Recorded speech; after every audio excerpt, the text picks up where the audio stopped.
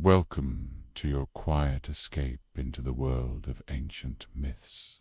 Here, the timeless stories of Greek, Norse, Egyptian, and Japanese legend unfold. Tales of gods, heroes, creation, and mystery passed down through centuries. Each episode invites you to journey through old worlds and forgotten realms as the night settles in. Get comfortable and let tonight's myth guide you gently into your dreams. The Queen Beneath the Earth, the story of Persephone. Long before the rise of great cities, before marble temples and carved statues stood beneath the Mediterranean sun, there were stories whispered beside fires. Stories about the earth, stories about the sky, stories about why the world blooms with flowers in one season and sleeps beneath frost in another. Among these ancient tales, few are as powerful, as mysterious, or as enduring as the story of Persephone, the maiden who became a queen beneath the earth. It is a story of love and loss, of darkness and renewal, of a mother's grief and a daughter's transformation. And like all old myths, it begins in a time when the gods themselves walked freely across the world. High upon the shining peak of Mount Olympus lived the rulers of heaven. Among them was the mighty sky father Zeus, whose thunderbolts shaped storms and whose decisions shaped fate itself. But far from Olympus, across valleys rich with soil and rivers that fed the earth, another goddess held dominion. She was Demeter, keeper of the harvest and guardian of every growing thing. Where Demeter walked, the land flourished.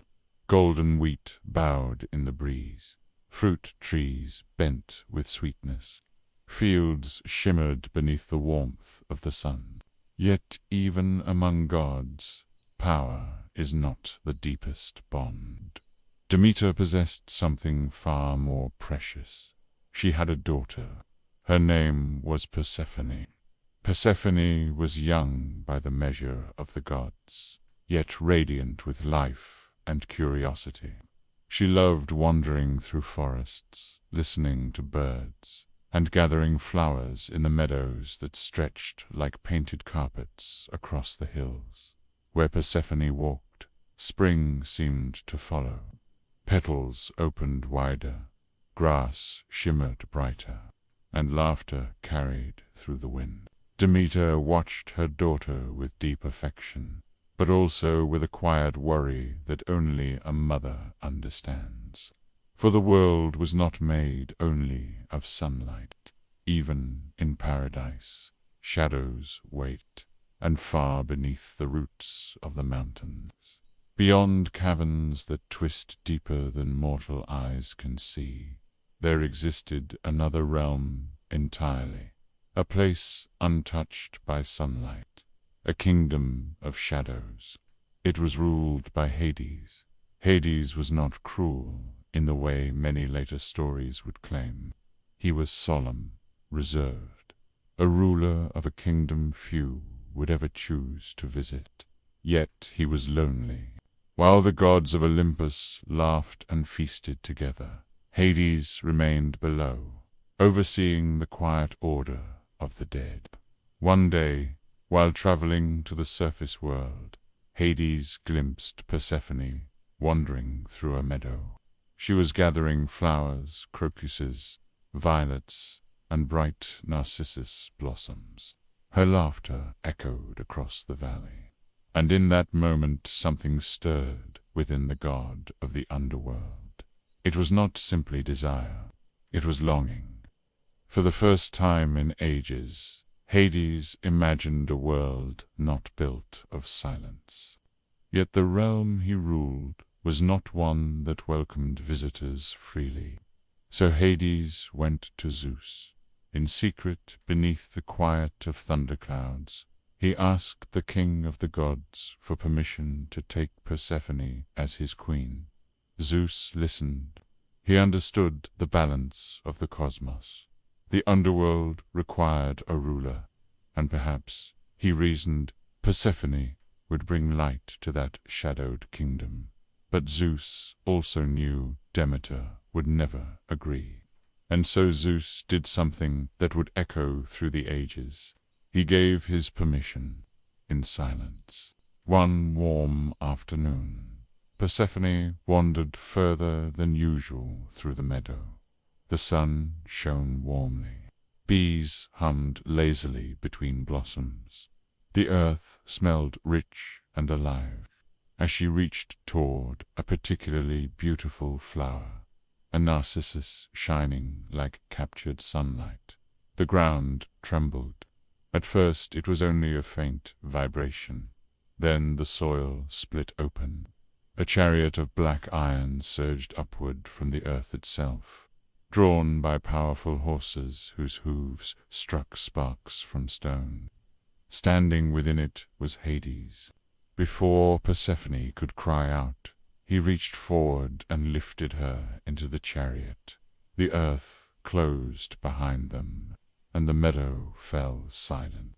Far away, Demeter felt something break within her heart. A mother knows. Even across the vast distances of the world, she knew her daughter was gone. She searched the fields, the forests, the valleys. For 9 days and 9 nights she wandered, carrying torches whose flames burned even beneath the sun. She asked rivers if they had seen Persephone. She asked the wind.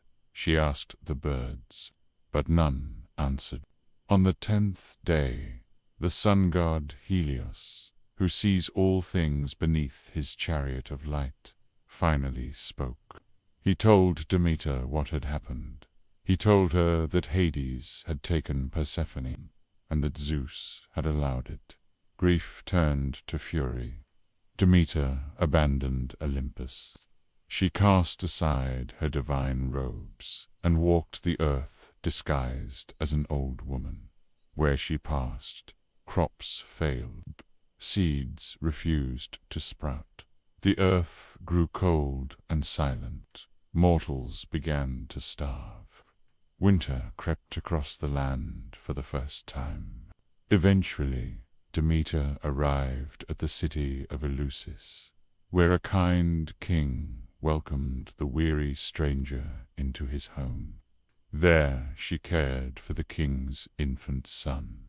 In secret, she attempted to grant him immortality by placing him each night within a sacred fire.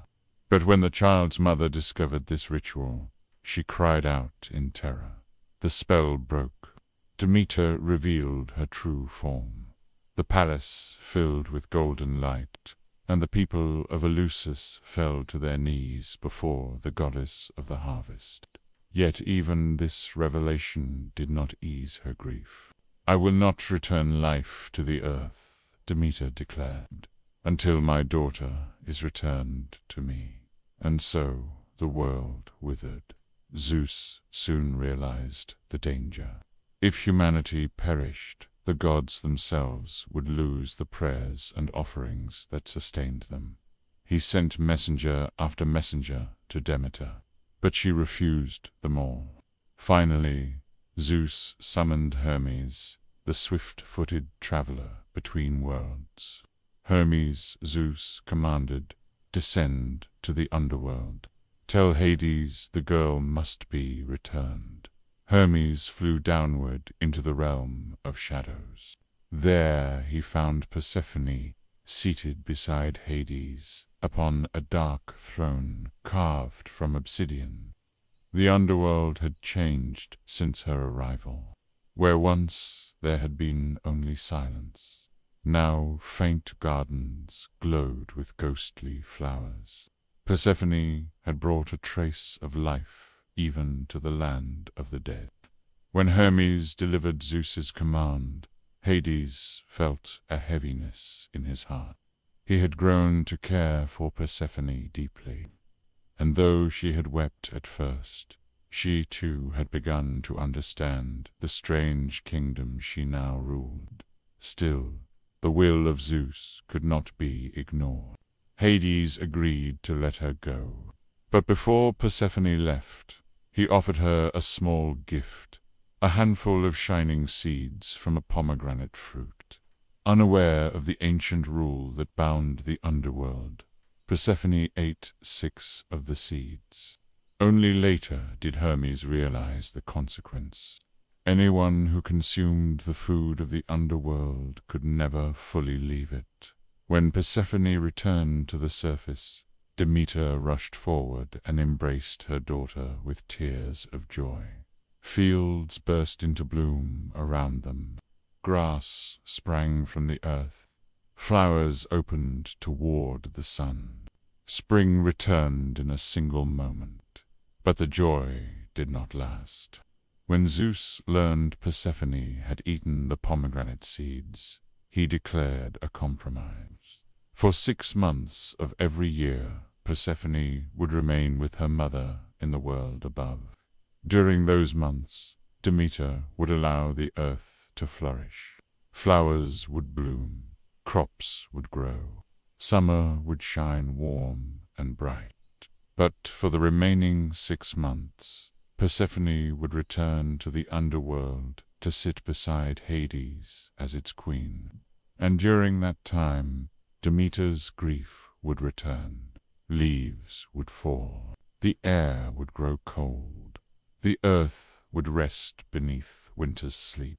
And so the seasons were born. Even now, when spring arrives and flowers bloom after the long quiet of winter, people remember the ancient story. They remember Persephone rising from the underworld. They remember Demeter's joy. And they remember that even in darkness, life waits patiently for its return to the light. For every winter, there will come a spring. And every descent into shadow holds the promise of returning light. The end.